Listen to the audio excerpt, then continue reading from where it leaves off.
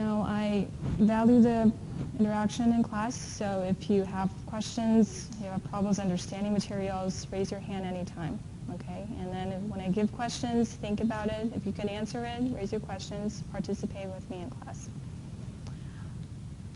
Okay, so first we'll go over 3 topics, and if we have time, we'll continue after this. So we'll first distinguish what is managerial accounting and how is it different from financial, which we already briefly talked about it. And then we identify what is the current business trends in nowadays business world. How is it different from 2 or 3 decades ago? Ethical standards, just so you have an understanding of what is expected for managerial accountants who's working in the firm, what is expected from them, how should they take care of situations when there's dilemmas. Okay. And then today we might briefly cover a little bit of what is the cost that factors in service company, what is the cost that we will be looking at from merchandising companies, and also what is the cost that factors in manufacturing companies. So recall in financial accounting, if you still remember, the first 4 chapters, the general guidelines of GAAP, General Accepted Accounting Principles. We introduced to you service type of business, which in the book uses an e-learning company as an example. So the first 4 chapters in financial accounting, we covered service type of business. Their income statement is a lot simpler than Chapter 5 and 6, merchandising companies' multi-step income statement, right? So financial accounting, you already got introduced to what is service type of business income statement, what is merchandising's business income statement. In this chapter, managerial accounting, we will also introduce to you what is manufacturing companies' income statement look like. What does it look like? How is it different from the first 2 types of business companies?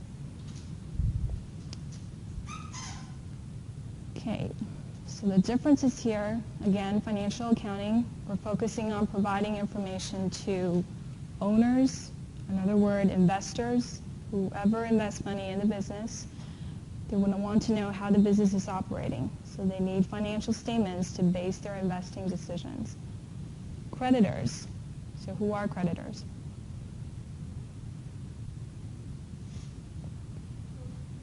Lenders, people who borrow money to the business to help their capitalization, help them expand their business lines. So companies usually get money from either investors or creditors. So these 2 parties definitely need information from the business in order to base their decisions on whether they're continuing to invest in the business, continuing to lending money to this business, or they may want to terminate this decision, shift to another company. Okay, so these are the parties, also taxing authorities, regulators. They need to know whether the business is paying taxes.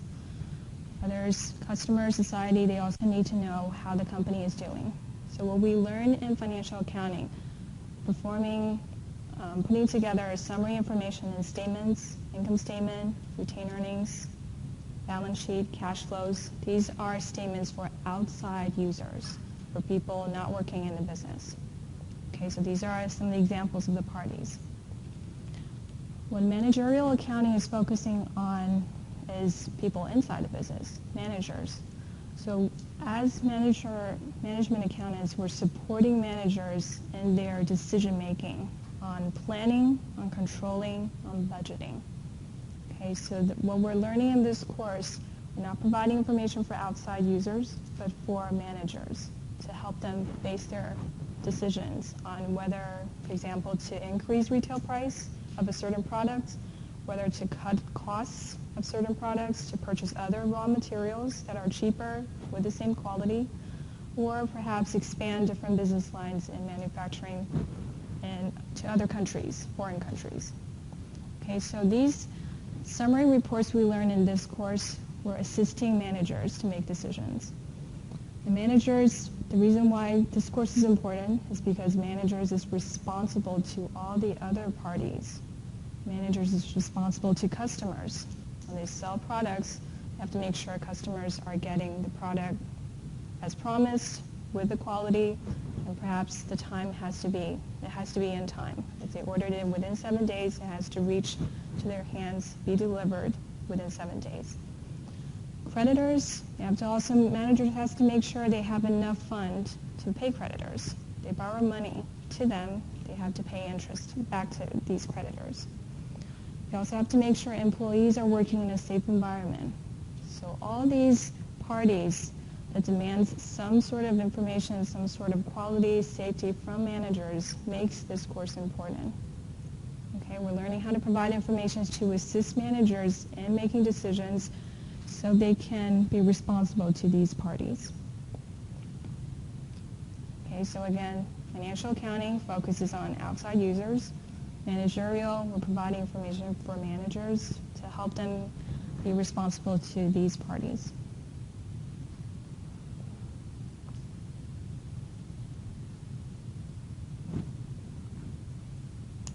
Okay, in terms of planning, what does it mean?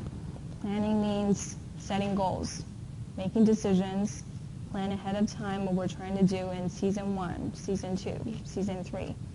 So planning is simply making goals, and of course these goals at the end has to turn into numbers, turns into profits.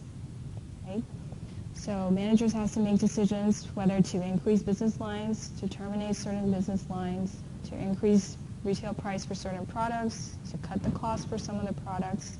These are all some of the things they have in mind in terms of planning the business in the future.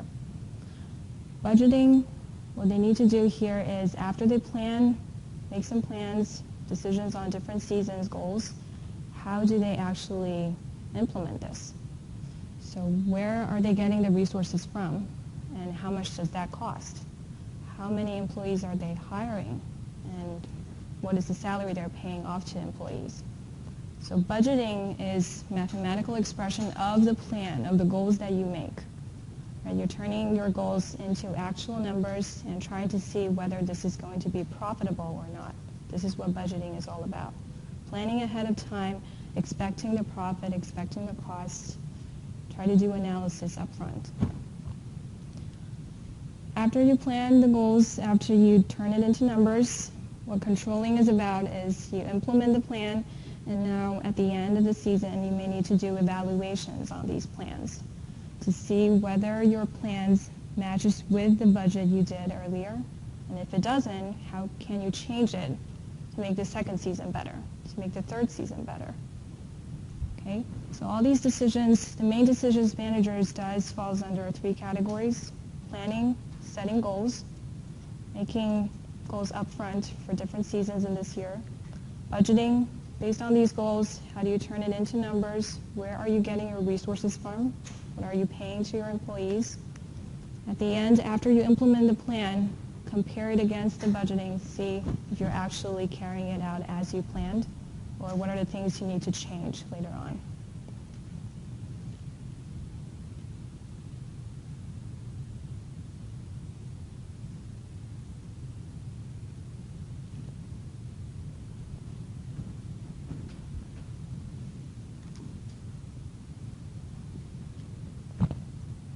Okay, a more detailed table of a comparison between financial and managerial. So the first category, let's take a look at users. Again, financial, the users of these information is outsiders, investors, creditors, taxing authorities. Managerial, internal users, management levels. Purpose of the information. Financial helps investing, crediting decisions for investor creditors. Managerial, help managements plan, control, and do budget. Okay, third category, the focus and time dimension. Usually financial accounting statements, remember, we do it at year end. After a year of business operations, we summarize the reports into 4 statements. Managerial report could be more detailed and also could be requested upon management's request. So accountants, they provide information, could be a daily basis, weekly basis, or upon manager's request. So actually financial statements, since financial statements in financial accounting course you learned, it's strictly abided by GAAP generally accepted accounting principles. As opposed to that, management's report, management accountants, that the reports they provided to managers doesn't necessarily have to follow strictly by GAAP. So, for example, if the managers request information only on a certain line of the business, you're only just providing the information of that line of the business instead of the whole set. So you're not providing a comprehensive set of information, but actually based on managers' request on certain areas, certain departments, certain activities. But of course, you still have to apply accrual accounting instead of cash-based accounting. So the base is the same. It's just that how you represent the information doesn't have to be formatted in a way the same as the 4 statements. It's not as strict as those. So these are the main differences. The upper categories is the most important thing you need to know. Users differences, the focuses, what's the purposes of these 2 categories in accounting. Rules, restrictions, scope of information, one is a very comprehensive report. One is detailed reports on certain business lines upon manager's request.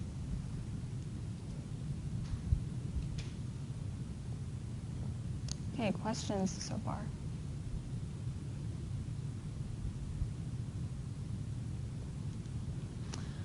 Okay, now let's do a short exercise here. So try to read through these A, B, C, D, E statements and see if you can determine whether it's referring to financial accounting or managerial accounting. And we'll go over these in 2 minutes.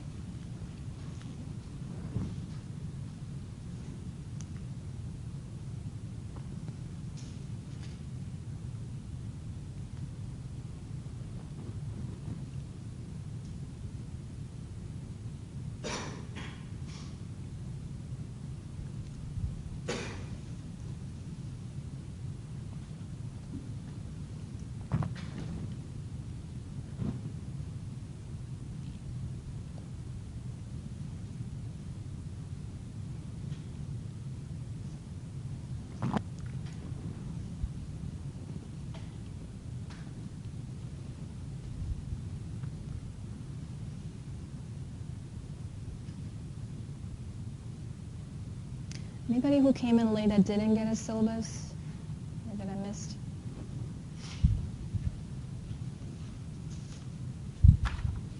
Just pass it to the back.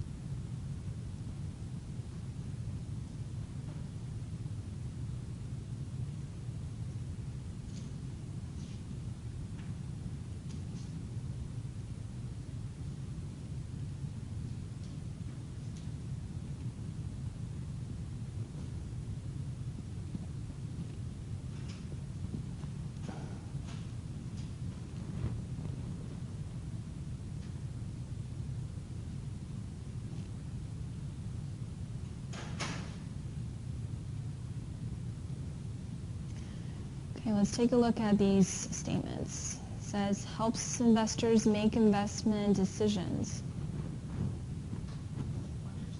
Financial accounting, because investors are not working inside a business, outside users. So the first one, financial accounting, is what it's referring to. Second, provides detailed reports on parts of the company. Managerial accounting. Okay, it's not a comprehensive report, a summary of all the business operations information. It's only detailed reports on certain parts of the business, of the company. You have the second one? Third one? Yep, go ahead. Managerial accounting helps in planning, controlling operations. Exactly. So these are the decisions that managers make, set the plans, make goals, carry out, do the numbers by budgeting, and then control the plan, make sure that the plan is going as was said earlier, or if there's differences between the plan and the budgeting, you have to make some sort of adjustments. D, reports must follow generally accepted accounting principle. Financial, strictly follow GAAP because these information is provided to people who do not work in the business. They rely on these statements to base their decisions. So there has to be a unified standard and rule to control these statements that public companies offer to outsiders. Last one, reports audited annually by independent certified public accountants. Financial. Now this is something that I missed earlier. I didn't really talk about in detail, but only financial accounting reports, those 4 statements, are audited by accountants. Managerial reports provided to managements, they're not audited by CPA firms because it's only for the purpose of insiders, for them to do planning, to do budgeting. So the reason why CPA firms has to audit this is to make sure that those financial statements representing a comprehensive information of business is appropriately stated. Okay? The managerial reports, what we're learning in this class, for inside users, they know in a broader sense what's going on in the business operations, but they need the detailed numbers to make decisions for further seasons. Okay, questions on these 5 short problems? Good to move on? Okay, the second category, second section in this first chapter, we're going to go over some of the trends we see in nowadays business. So maybe before we go into this, can you tell me some of the trends that you see in nowadays business, but you don't see perhaps in you won't picture it in your grandpa or grandma's age? Some of the features of business.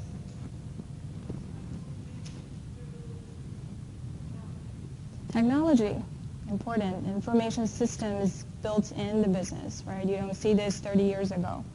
Or if you do see it, it was a proposition, not actually carried out, right? What else?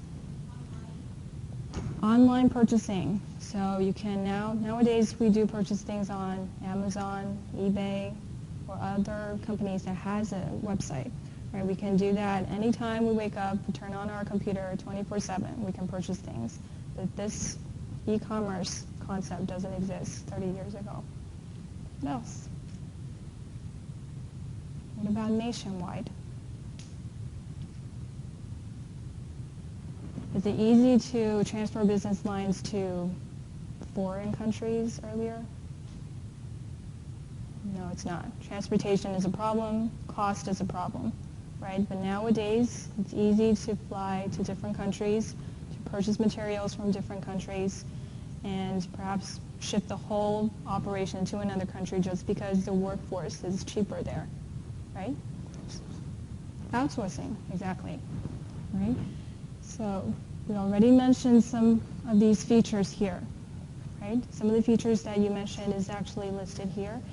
We see that nowadays, we talked about global competitions a little bit, shifting some of the business operations to other companies because they have advantages over what your country offers, right? Perhaps you focus the workforce, shift the business operations, some of the business lines to foreign countries where they have cheaper salaries, cheaper employees, right? Or you purchase materials from other countries that it has cheaper cost, but it has the same quality. You may also partner with foreign countries, so combining these two companies together perhaps give you a competitive advantage over you being alone or the other company being alone. Now, being partner companies, you can stand stronger compared against your competitors in the certain market areas. We also talked a little bit about technology. So nowadays, information systems built in the business is very important for them to turn that off. Built-in information systems is very important for companies, for managers to control what's going on in the business, how resources has been inflowing, outflowing from the business.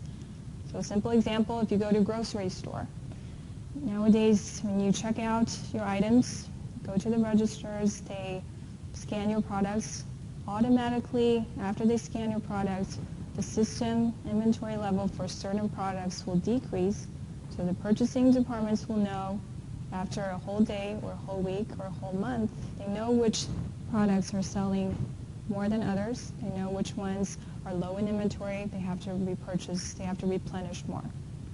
Right? So this is a simple example of information systems linking to selling side. So purchasing departments will know when inventory is running low, and perhaps they also have an automatic way to link to purchasings, to link to actually doing the purchase orders automatically. E-commerce, we talked about purchasing things, selling things online. So that's a very convenient way to expand customer scope. So if originally you own a local business, perhaps the customers is just people in the county, in the city, and that's at most. But if you sell your things online through e-commerce, you sell your things through the internet, you can reach to wider areas, different countries of customers. Right? So you have a broader scope of customers based on e-commerce. Now these two philosophies here, just-in-time management, total quality management, we'll be covering in more details in Chapter 18. But just a brief summary of what it is. Just-in-time management, some of the companies apply this philosophy in order to keep a lower level of inventory and just request materials, produce products as requested by customers. Okay, so the goal of applying this philosophy just in time is when customers request orders, request products, they ship in the materials just in time for production, they produce the products and ship it to customer just in time as they request. So for the companies that has JIT feature, that means they usually keep a low level of inventory in their warehouse instead of having huge quantities of inventory that takes up a lot of the space, a lot of cost. Okay, we'll go into this in more detail in Chapter 18. Total quality management, another philosophy applied in some of the businesses. Basically, the goal is to provide superior, the highest quality possible of products and services. So these businesses, if they have this philosophy running in their business, basically they want to have a program that continuously improve their product, continuously improve their services. So a lot of these, they have employees training, they do feedbacks, they do surveys with customers to know what are the strengths and weaknesses in each and every case of services they do with customers, the products they provide to customers. Once they get the feedback, they want to continuously improve their operations through the second season, through the third season. Okay, so the general idea of what total quality management is, they want to have the highest possible quality of products provided to customers, highest possible quality of services provided to customers. That's the ideal case. By continuously improving their service, improving their products, but at the same time also have to generate profit. So they have to balance between the two. Okay, so these are some of the features you will see in nowadays business, which is quite different from 2 or 3 decades ago. We have online systems, we have information resources planning systems, global competitions. We may have few business lines in other countries. We may also partnership with companies from other countries as well. Philosophies in order to keep a lower level inventory, to not have a huge quantities of inventory in the warehouse, takes up a lot of space and cost. Total quality management, we want quality services, quality products to customers. Okay, we'll be going over these in more details in later on chapters. This is just for you to have a general idea of what are the topics we'll be touching on. Okay, now again, short exercise time. Let's just, based on what we go over, the discussion we had earlier, these two descriptions, try to see if you can match it with A, B, C, D, which one it is.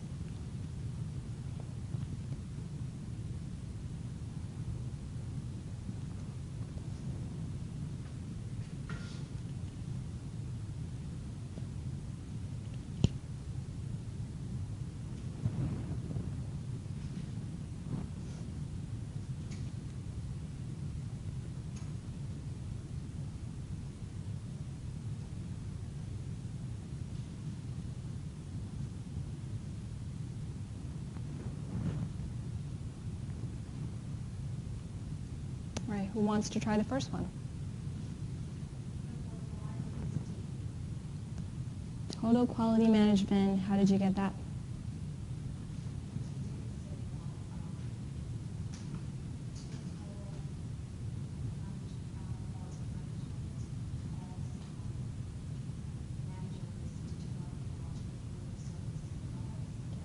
Okay, so the keywords you probably got was superior products and services, right? The highest possible quality of products and services. This is a philosophy runs in a business to help them continuously improve their products, their services. So not just the quantity they sell to customer, but also the quality of the products. So the first one is total quality management, exactly. Second one, using the internet for such business functions as sales and customer service enable companies to reach 1,000 customers around the world. E-commerce, so you can purchase products, customers purchase products online 24/7, and companies, they sell it through online instead of just their local business stores. Now we have two more.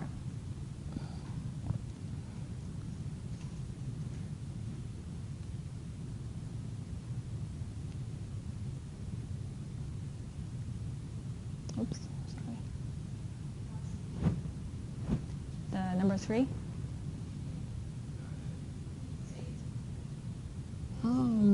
Okay, software system that integrate all companies' worldwide function, department data into a single system. So it's an information system that captures detailed transactions that happens on a daily basis from all the departments' activities in order for managers to see what's going on in different departments. So this is an information system. We call it enterprise resource planning system. Okay? So what just-in-time is, and it's providing managers, enabling managers to keep a lower level of inventory upon customers' request, they order raw materials, produce it on time, ship it to customers. So the goal for just-in-time is a system that keeps a lower level of inventory in their warehouse. Okay? So they reduce the waste, reduce the cost in the inventory warehouse, but of course at the same time they have to have a strong relationship between these vendors, these suppliers of their raw materials. The quality of the raw materials has to be superior in order for them to order it immediately, start producing, provide it to customers. Okay, so JIT, again, JIT, Total Quality Management, we'll be going over in more details in Chapter 18. Here you just have to know a general idea what it is.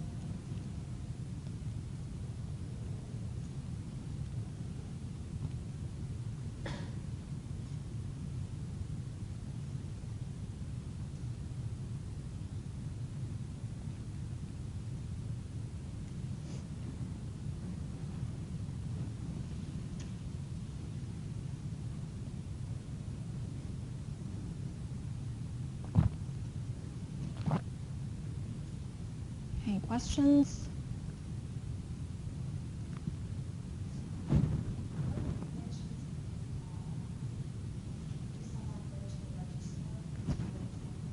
Yes. Mm-hmm.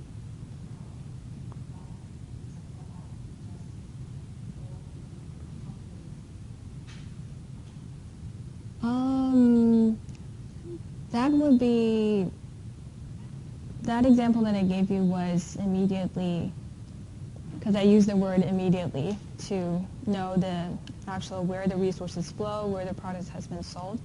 But just in time, the definition of this usually is not the sales part. Sales part is just one part of it, not only the sales part, but actually the entire manufacturing side.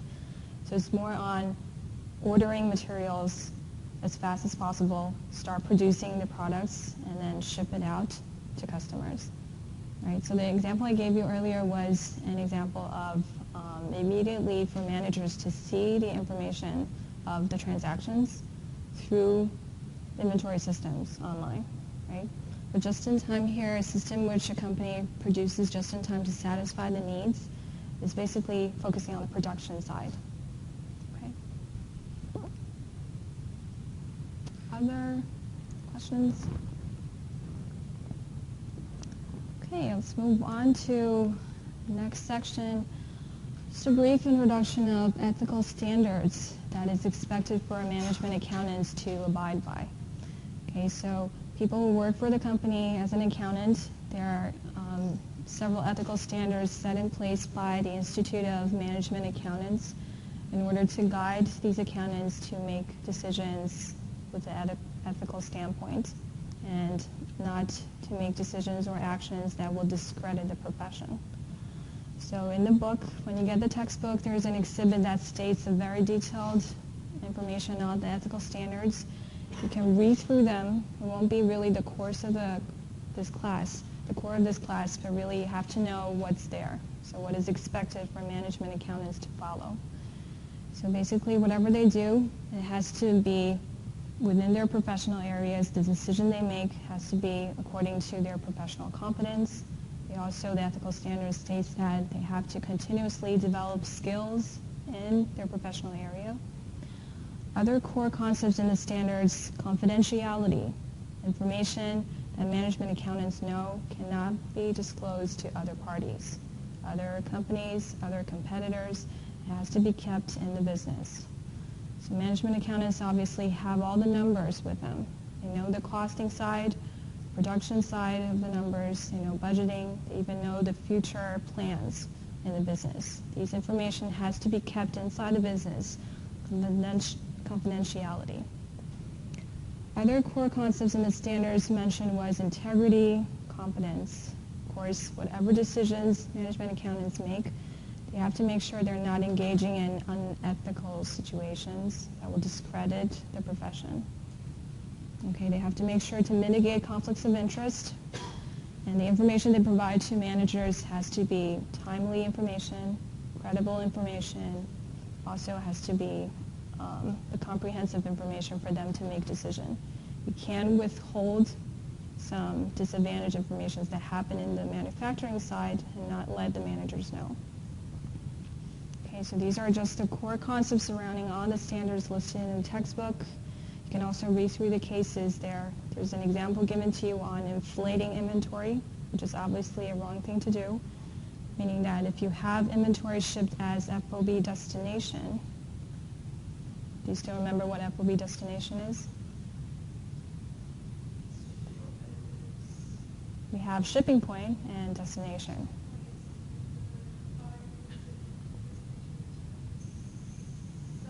Seller pays it. So if my company is buying something and I agree on FOB shipping point, once the order is set, that's actually the inventory that belongs to us, even though we haven't received it, right?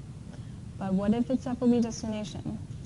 If we set the order today, the inventory comes in 3 days later, and let's say it's the end of the year, can we record this as inventory? No. We can only record it next year, beginning January, once we actually receive it. So in the textbook, there's an example given to you on whether to inflate the inventory or not. The obvious answer is no, because if the agreement is FOB destination, once you receive it, that's the time point you record it as inventory. But if it's the end of the year, you can't inflate the inventory level just because you have the order, but you don't actually have the inventory yet. So that's an example. Others, if you have $100 worth of inventory ready to sell to customer, but you haven't actually sell it. Now it comes to year end again, you can't actually just change those inventory numbers into expense and then assume that it has already been sold to customer. Even though it might soon be sold to customer 2 days later, 3 days later, if you don't have the order set in place with customer, you can't just adjust the inventory asset into inventory expense, cost of goods sold, and then make sales entries. Okay, so those are the examples in the textbook. You can read through this section, get yourself a better understanding of what is expected from management accountants. Have to keep information to themselves, not disclose it. Have to do their duties based on their professional skills, and have to continuously improve the skills. And when they provide information to managers, it has to be the information, the comprehensive information. They can't withhold any information that they know that will severely affect managers' decision. They have to report the whole set of information.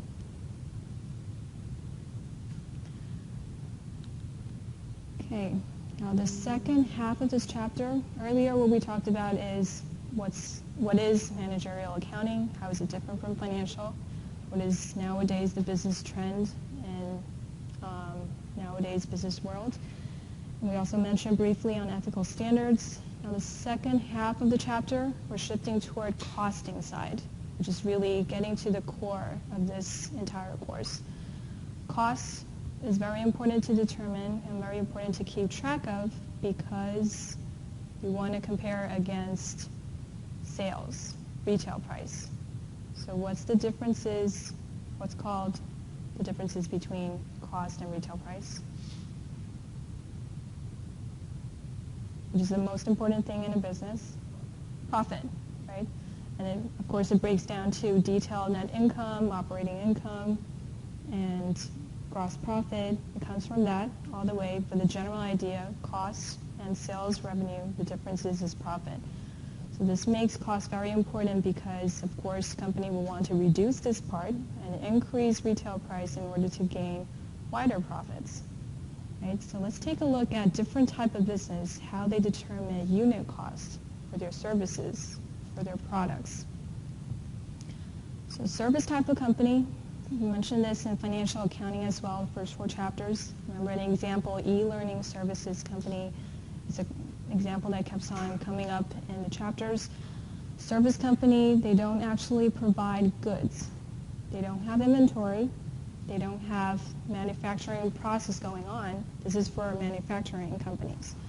Service company, they provide their skills, their knowledge. They may set the time to talk to you, do consulting services. They may be selling insurance to you. They may be perhaps selling you wireless services, Verizon's, AT&T. These are the companies that don't actually have inventoriable cost, but their cost really is only the expenses. The people they hire, the place they set the business, rental expense, insurance expense for the company, and all the equipments, office, machineries, or other things that's set in place in an administrative office. Those are only the costs for service company. They don't have inventory. They don't have products. Okay?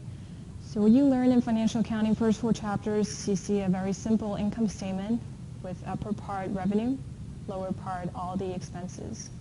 That's the income statement for service company. You don't see cost of goods sold.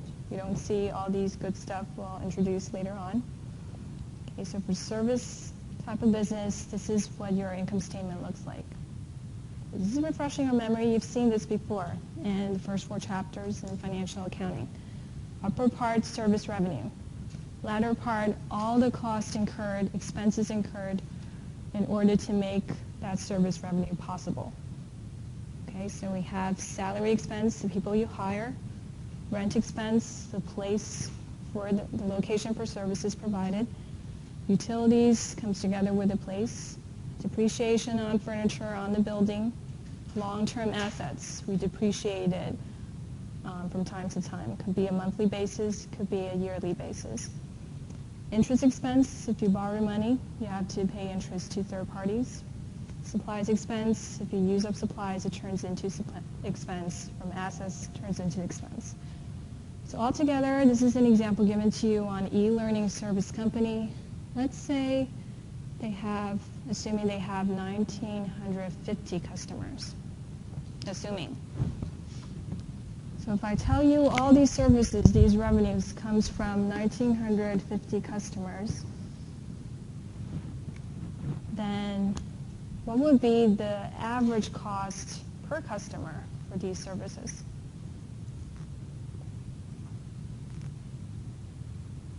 Okay, again, these $7,600 revenue comes from providing learning services to this many customers. And the cost incurred for providing these services is $3,900. So what would be the average cost per service, per customer? 1950. People. Oh, sorry. People. Okay, so these are the number of customers. This is the cost. What is the unit cost per service? $2? Around $2. How do you get that? Divided using, the cost would be 3,900, right? And you divide it by the total number of people. $2, right. So this is the unit cost per service. This seems easy because this is a service type of business. We don't have actual products. We're not thinking about materials yet.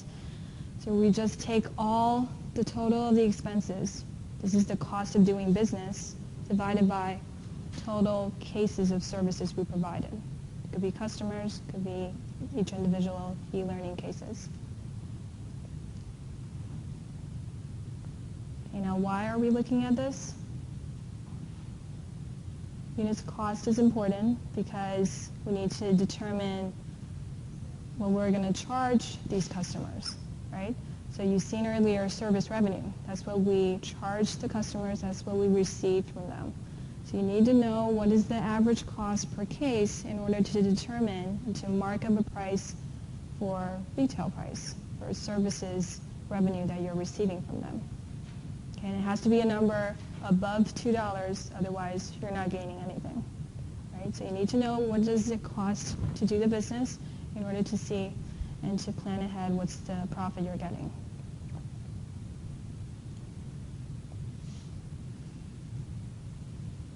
So this is a first example for service company.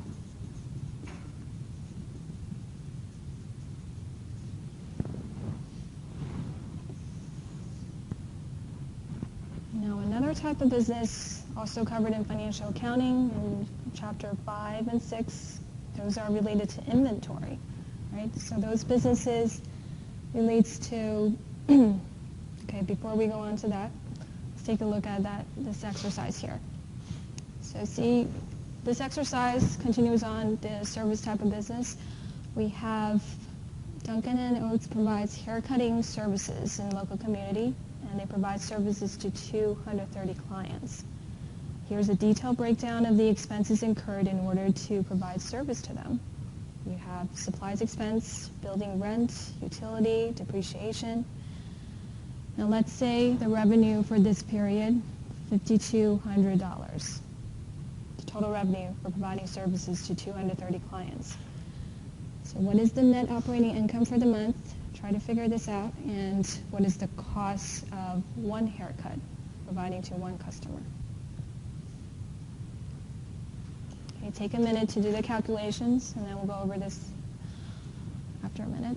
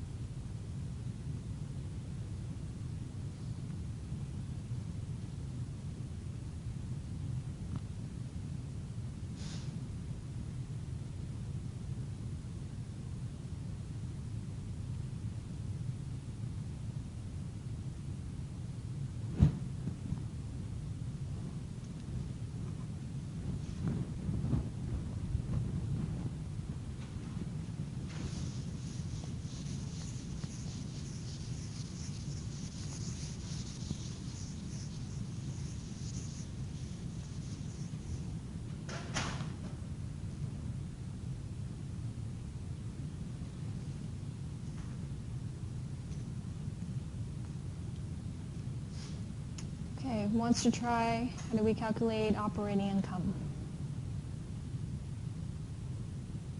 And just tell me what is the process of getting to the number. Mm-hmm.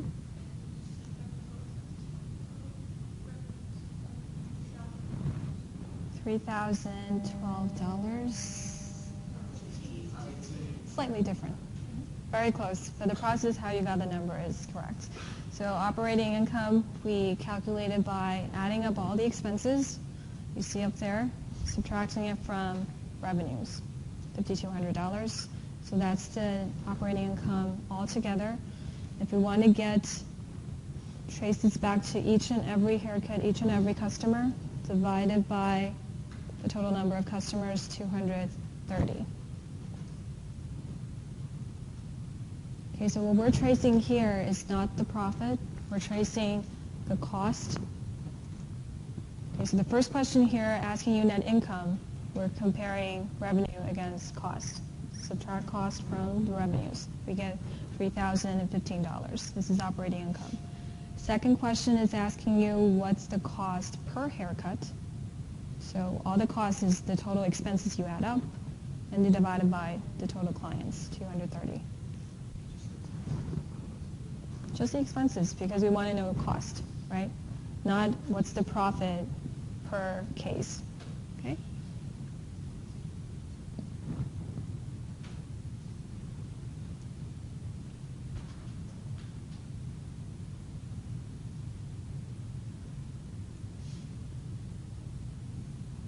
Okay, so make sure you pay attention to what the question is asking you. It can also ask you what's the profit you earn per case, and you'll be using 3,015 divided by 230.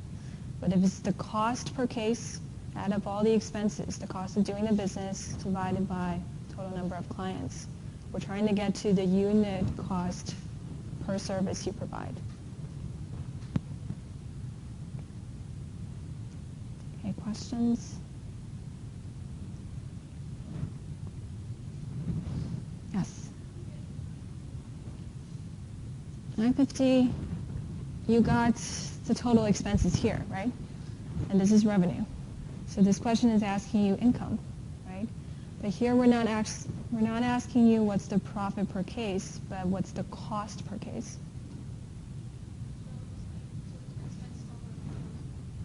Expense per person, exactly. Okay? What's the cost of doing business with each and every client, the average cost.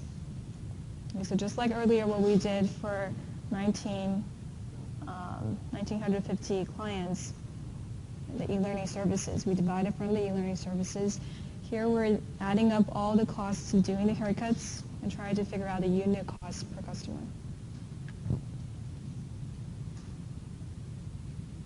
Okay, so this is service type of business. Doesn't have inventory in their business, so we're just adding up all the expenses, operating expenses. That will be the cost for doing their business for each and every client on average.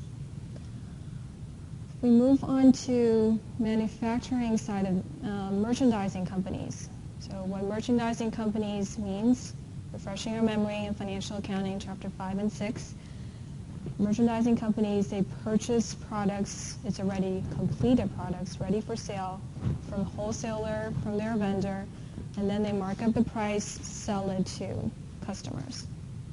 Okay, so merchandising companies is purchasing products that are readily completed, that are ready for sale, purchased from wholesaler, and then they sell it to their customers. So an example would be grocery store, an example would be malls, places you go to that they don't actually manufacture those goods, they purchase it from other companies. This is manufacturing, merchandising types of company. So for merchandising companies, cost of goods sold is a major expense because that's how they earn profit. It's how they earn gross profit, how they earn operating income from. So what cost of goods sold, how we capture this, just to refresh our memory. If you have the beginning inventory level from last year, plus all the new purchases inventory that you made in this period, and of course new purchases comes with freight charges, that together is also part of inventory cost. minus ending inventory will give you this period's cost of goods sold. Okay, so this is not something new. This is actually refreshing your memory from financial accounting. An example for this, assuming last year, December 31st, we have, let's say, just $100 worth of inventory, beginning inventory. Then you make new purchases. You purchase orders from wholesalers, from vendors, $1,000 more. And these $1,000 worth of inventory comes with, let's say, $10 freight charges. Okay, so up to now, altogether in this period, the total inventory value available for sale to customer would be $1,110.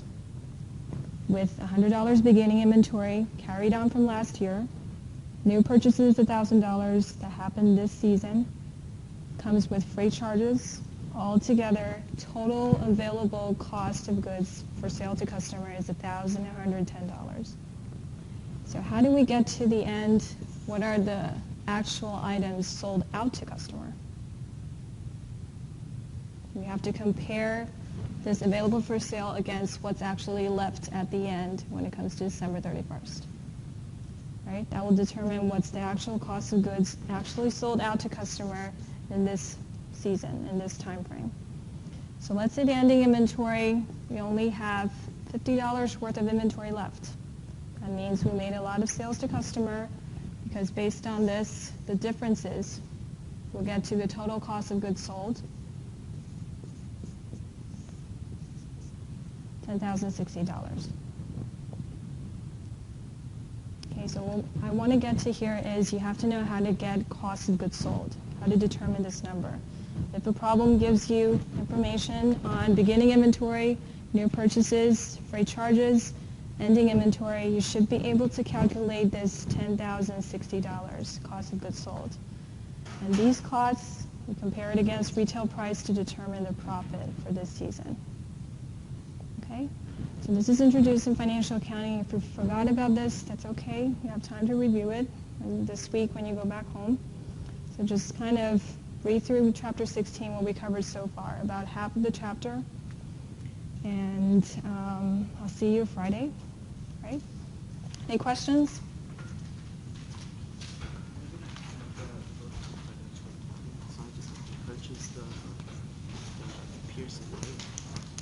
Your book is only financial, right? It's not the comprehensive one that has.